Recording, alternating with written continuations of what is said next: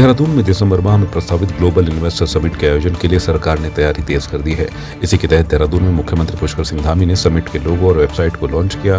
कार्यक्रम का आयोजन देहरादून के हयात होटल में किया गया। मुख्यमंत्री धामी ने कहा कि अब तक 16,000 करोड़ की ग्राउंडिंग हो चुकी है। देश के तमाम उद्योगपतियों से बातचीत चल रही है। सरकार ने ऐसे नियमों और कानूनों को भी हटाया जिसके कारण राज्य में उद्योगों को स्थापित करने में दिक्कतें उत्पन्न हो रही थी। क्योंकि ये हमारे प्रदेश के लिए एक बड़ा अवसर है और हमारे लिए चुनौती के साथ साथ एक अवसर भी राज्य के लिए है कि इस इन्वेस्टमेंट समिट को चूँकि हम अच्छा बनाएं और जो हमारे सामने अवसर आया है उस अवसर का पूरा लाभ उठाएं और ये पूरे राज्य के हित के लिए है और राज्यवासियों के लिए है। नहीं, हम देखिए पिछले जो अनुभव हैं उन सभी का भी जो उस अनुभव से जो चीज़ें मिली हैं उसको भी जो है अपने उसमें शामिल कर रहे हैं और उसको आगे बढ़ा रहे हैं। बागेश्वर उपचुनाव के लिए भारतीय जनता पार्टी पूरी शक्ति के साथ चुनाव मैदान में उतर गई है। आज से मुख्यमंत्री पुष्कर सिंह धामी भी बागेश्वर पहुंचकर पार्टी प्रत्याशी के पक्ष में प्रचार प्रसार और सभा करने में जुट गए हैं। मुख्यमंत्री ने कहा कि बागेश्वर में राज्य और केंद्र सरकार की ओर से जो काम किए गए हैं, बागेश्वर से पूर्व में मंत्री रहे चंदन रामदास की छवि भी पार्टी को और मजबूती देगी। मुख्यमंत्री धामी ने कहा कि बाबा बागनाथ की धरती से चंपावत की तरह ही एक बड़ा संदेश पूरे देश में जाएगा और भारतीय जनता पार्टी बहुत बड़े अंतर से चुनाव जीतेगी। बागेश्वर का उपचुनाव बड़े ही ऐसी परिस्थितियों में हो रहा है जब हमारे साथी चंदन रामदास जी जो लंबे समय तक उस क्षेत्र का उन्होंने प्रतिनिधित्व किया है और बागेश्वर की धरती पर अनेकों काम उनके माध्यम से हुआ है। लगातार उस क्षेत्र की जनता ने उनको अपना आशीर्वाद देकर, अपना समर्थन देकर सेवा करने का अवसर प्रदान किया है।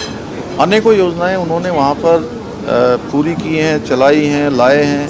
लगातार वो संघर्ष करते रहे हैं, उनके कामों को आगे बढ़ाना है। इसलिए वहाँ पर उन्हीं की धर्मपत्नी बाबा शिव की नगरी बागनाथ की भूमि से पार्टी ने उनको खड़ा किया है और उन सभी कामों को, विकास के कामों को आगे बढ़ाने के लिए, बागेश्वर क्षेत्र की आशाओं आकांक्षाओं को पूरा करने के लिए, उत्तराखंड राज्य के विकास को आगे बढ़ाने के लिए जो भी उपचुनाव हुआ, पिछला उपचुनाव चंपावत का हुआ था, वहाँ पर भी एक विकास की गति को तेज करने के लिए हमारे प्रधानमंत्री जी ने जो उत्तराखंड को अभूतपूर्व रूप से जो विकास की योजनाएं दी हैं, चंपावत के लोगों ने आगे बढ़ाया, बागेश्वर के लोग भी इस क्रम को आगे बढ़ाएंगे और बड़ी जीत वहां पर भी मिलेगी।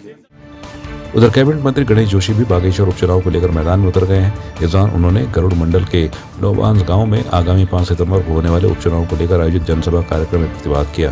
कैबिनेट मंत्री गणेश जोशी ने लोबांस गांव में जनसभा को संबोधित करते हुए कहा कि स्वर्गीय चंदन रामदास 4 बार विधायक और मंत्री रहते हुए उन्होंने बागेश्वर के विकास के लिए अनेकों कार्य किए हैं। उन्होंने बागेश्वर की जनता से अपील करते हुए कहा कि आगामी 5 सितंबर को होने वाले उपचुनाव में बीजेपी प्रत्याशी पार्वती दास को भारी मतों से विजय बनाकर और यही स्वर्गीय चंदन रामदास को सच्ची श्रद्धांजलि होगी। बागेश्वर विधानसभा उपनिर्वाचन के लिए 100% मतदान के संकल्प के साथ जिला निर्वाचन अधिकारी अनुराधा पाल ने सुव्यवस्थित मतदाता, शिक्षा और निर्वाचकीय सहभागिता के विविध कार्यक्रमों से वोट करेगा बागेश्वर का संदेश प्रसारित किया।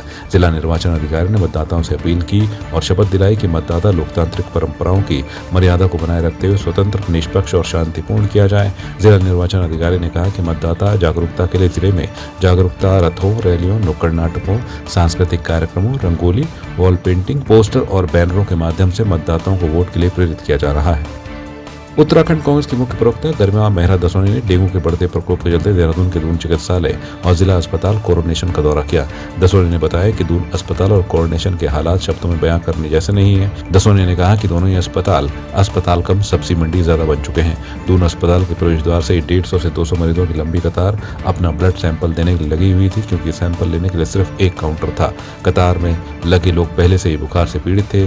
दसोनी ने कहा कि दोनों ही अस्पतालों की कैपेसिटी से बाहर मरीज वहां भर्ती हैं।